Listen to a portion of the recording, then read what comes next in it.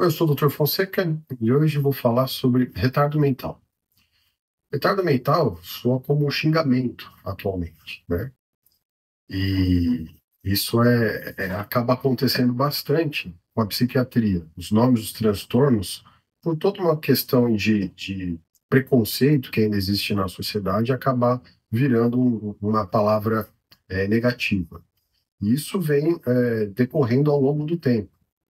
A psiquiatria, ela, claro, já tem muitos anos, ela sempre utilizou de sistemas diagnósticos para dar um nome para as coisas.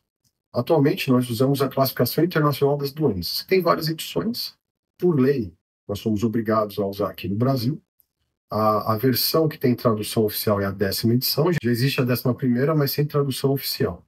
O retardo mental tem um histórico interessante, eu já vou falar do que é, né? Retardo mental, ele tinha muitos nomes nas edições anteriores. A 10ª edição traz como retardo mental.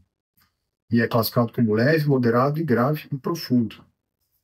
Na versão anterior, que é a 9ª edição, os retardos mentais eram classificados como idiotia, imbecilidade e debilidade mental. E era esse o termo técnico. Né? E ao longo dos anos, o que aconteceu com esses nomes? O que a gente quer dizer atualmente quando a gente chama alguém de idiota, imbecil, débil mental? Virou xingamento. Na 10ª edição, nós tivemos que mudar o nome por conta disso. E a gente passou para retardo mental. Retardo, na época, tinha uma acepção mais neutra.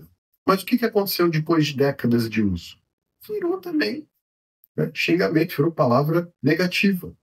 E hoje nós vamos chamar, quando sair a tradução oficial, provavelmente, de transtorno do desenvolvimento intelectual. Né? Mas até quando isso não vai virar palavra negativa, eu não sei. E aqui vale a reflexão.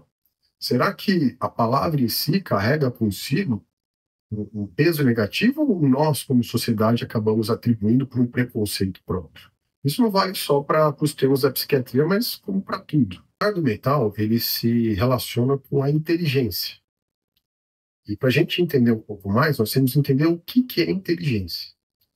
Nós temos vários conceitos ao longo do tempo, mas inteligência, resumidamente, é a capacidade que o indivíduo tem de compreender, né, entender uma situação, analisar a situação e devolver, né, para o meio, através de comportamentos, algo adequado para aquela situação. Nós temos, então, vários tipos de inteligência, porque nós podemos fazer isso através da percepção das emoções. Então, o que quis dizer aquela jogada de cabelo para trás, o que quis dizer aquele punho fechado? Isso é uma inteligência emocional. Pode ser uma inteligência mais lógica, né, mais racional, em que a pessoa consegue analisar dados, matrizes, né, e consegue depreender e agir sobre, que é mais matemático. Inteligência espacial, né, vemos muito em esportistas, né, que fazem cestas, fazem gols, que eles têm uma inteligência mais aguçada ou treinada. Então, nós temos vários tipos. De uma maneira geral, nós usamos escalas para medir essas inteligências. A gente chama de psicometria. Tem várias escalas, né, que a gente acaba traduzindo em números, que é o famoso QI, ou coeficiente de inteligência, que podemos medir as vários tipos ou de uma maneira total e global, né? E podemos fazer isso por um número. Como é que a gente sabe que aquele coeficiente de inteligência seria normal? Vamos dizer normal assim. O normal na medicina pode ser também definido de diversas maneiras. Nós podemos definir como a maioria. Então, se alguma ocorrência acontece 50% mais uma das vezes, aquilo é considerado normal. Então, a questão do coração. O coração fica do lado esquerdo, na maioria das pessoas, a gente considera isso normal. Mas será que nós podemos considerar quem tem coração do lado direito, que é a destrocardia, como algo anormal? Não podemos, porque a pessoa que tem o coração do lado direito tem uma função preservada. Ninguém vai operar para rodar o coração nessa pessoa. Então, mesmo sendo a minoria, nós chamamos de variação de normal. Só que na inteligência, como é que nós vamos fazer? Para a inteligência, nós acabamos distribuindo os valores dela através de um gráfico. Esse gráfico vai dar uma curva de normal. Nós chamamos essa curva de curva gaussiana, que é o tipo dessa curva. Vários outros parâmetros, nós usamos essa curva gaussiana para ter de normal. Então, por exemplo, a altura das pessoas, né? A população, ela tem diversas alturas. Se a gente for pegar quem tem 1,40 m, é a minoria das pessoas, e quem tem 2,20 m também é a minoria das pessoas. Mas lá por 1,60 m, 1,70 m, nós vamos ver que é a maioria das pessoas. Então essa curva fica mais ou menos assim. Uma pessoa com 2,20 m vai ter dificuldade de entrar num carro, né? Vai ter dificuldade de pegar um avião, que vai ficar muito baixo para ela. Assim como uma pessoa de 1,40 m vai ter dificuldade para dirigir, para achar roupas. Isso não quer dizer que eles sejam anormais, mas eles vão ter dificuldades de se adaptar no mundo que é previsto para outra faixa de funcionamento. Fato curioso, fazendo aqui um parênteses. Quando a gente faz exames de sangue, que vem o valor lá do açúcar, do colesterol, ele também tem essa distribuição do normal. Então, através de cálculos, a gente acaba decidindo qual que é esse valor. Então, se algum dia você for no seu médico, você tiver um valor lá de açúcar um pouco alto daquela faixa esperada e falar que está tudo bem, é porque está tudo bem, porque você pode estar só um pouquinho, né, à direita ou à esquerda dessa curva. Então, é por isso que o médico existe. A inteligência artificial ainda não tem essa condição de fazer essa decisão, né, por si só. Então, nessa distribuição da inteligência, eles fizeram essa curva gaussiana, e aquilo que está no meio, que é a média que nós chamamos, né, que é o valor do pico, nós demos o nome de 100 pontos.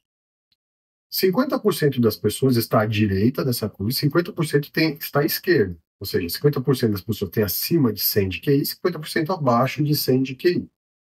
Nós conseguimos, através do desvio padrão, saber os cortes de inteligência.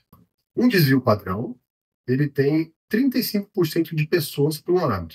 Outro desvio padrão, mais aproximadamente 15 pessoas, e no finalzinho da curva, que são 3 desvios padrões, nós temos cerca de 2% das pessoas. E a definição de retardo são esses 2% de pessoas. Então a definição acaba sendo estatística. Nós sabemos quantos por cento tem na população porque é estatístico, né?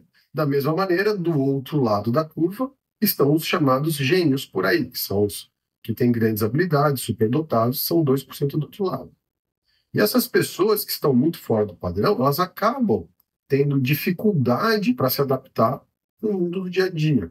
Muitos até criticam o nome disso de doença, porque isso de fato não é uma doença, só essa variação que acaba trazendo dificuldades de adaptação.